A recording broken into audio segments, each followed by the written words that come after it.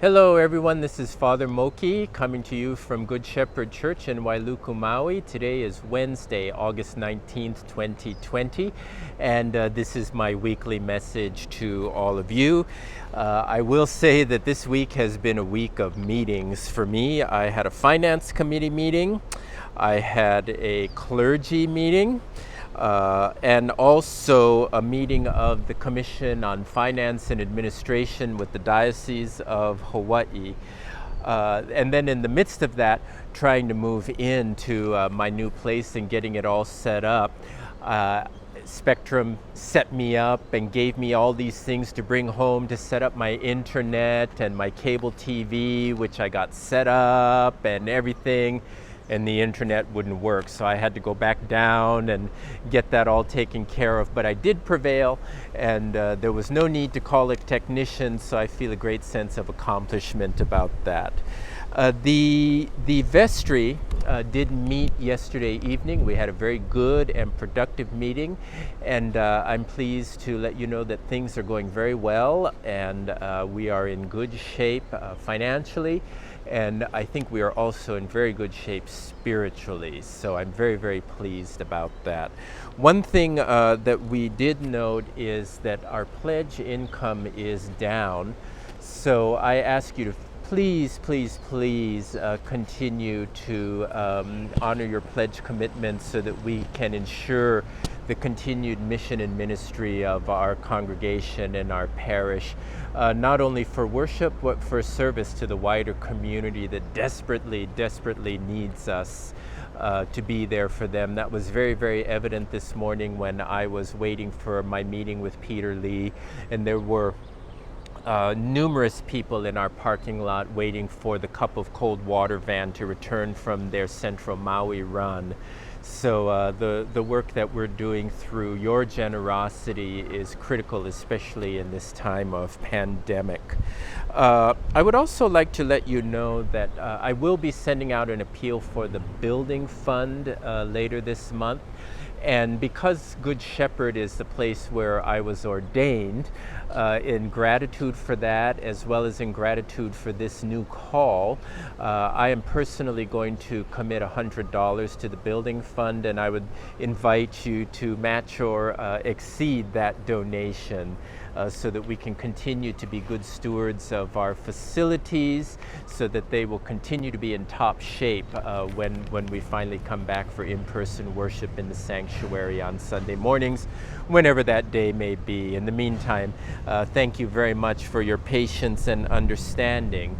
Having said that, I will do an abbreviated in-person Eucharist on Saturday at 5 o'clock p.m. here in the courtyard in front of the office. We will have chairs available for you to come and sit, and we'll make sure that everybody is appropriately distanced, and we will ask that if you come to worship on Saturday that you please be in a mask at all times. I very much look forward to that service and to seeing as many of you as can attend. I would like to let you know that I did go to the Ohana Kitchen again this past Sunday, and the Brown family were all there. It was so good to see all of them and to visit with them. And I blessed the food and then helped distribute the meals to the people who came for them. And they were so grateful to us, and they kept saying thank you, and they even said God bless you to me, which was such a beautiful thing. So again, this is what your pledge commitment goes toward, and it really does affect lives of people in good and positive ways. I'd also like to let you know that I went out to visit Nana Jacinta Idika on Monday, and it turned out that it was her 80th birthday, and so it was wonderful to be able to see her again and to say happy birthday to her. And then yesterday was Nana Catalina Evangelista's 96th birthday, and Alfredo was kind enough to invite me into the Zoom birthday party, and the whole family was there from Maui, from Honolulu, from California, other places on the mainland, and I was so touched that they asked me to participate and offer a prayer and to extend my congratulatory message to Nana Catalina, who I've known for years and have greatly admired.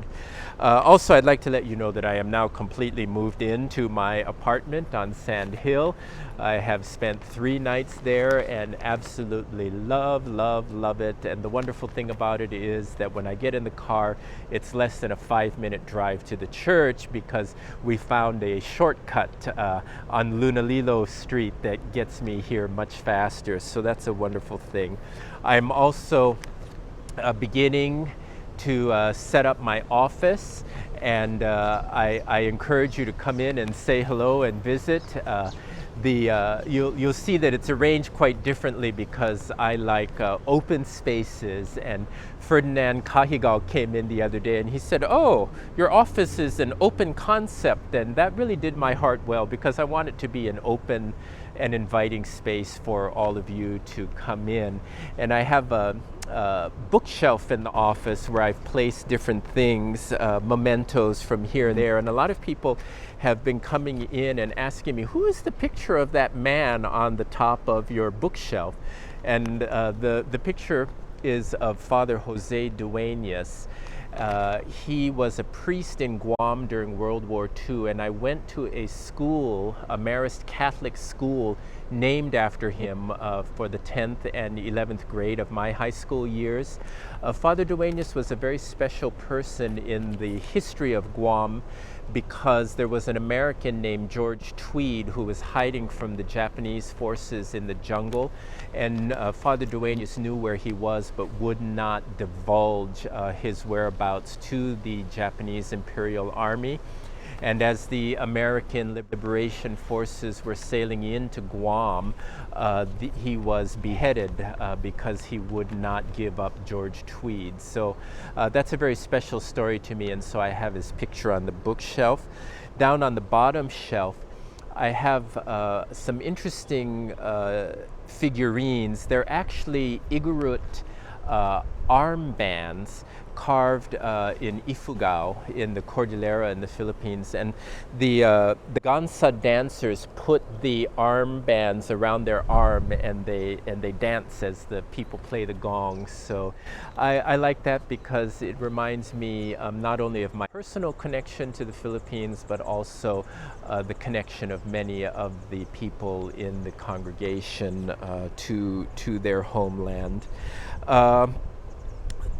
The other thing that I have for you this week is to let you know that we continue to offer Compline every Wednesday at 7 p.m. I encourage you, please, to join that service, because it's a wonderful way to mark the middle of the week and wind down toward the weekend. So with that, I will say goodbye to all of you for this week, and I look forward to seeing you either in person on Saturday afternoon or virtually on Sunday morning, or who knows, perhaps both. We shall see. Take care, everybody. God bless. Go ahead. See you in Bangkok. See you in Bangkok. Okay, bye.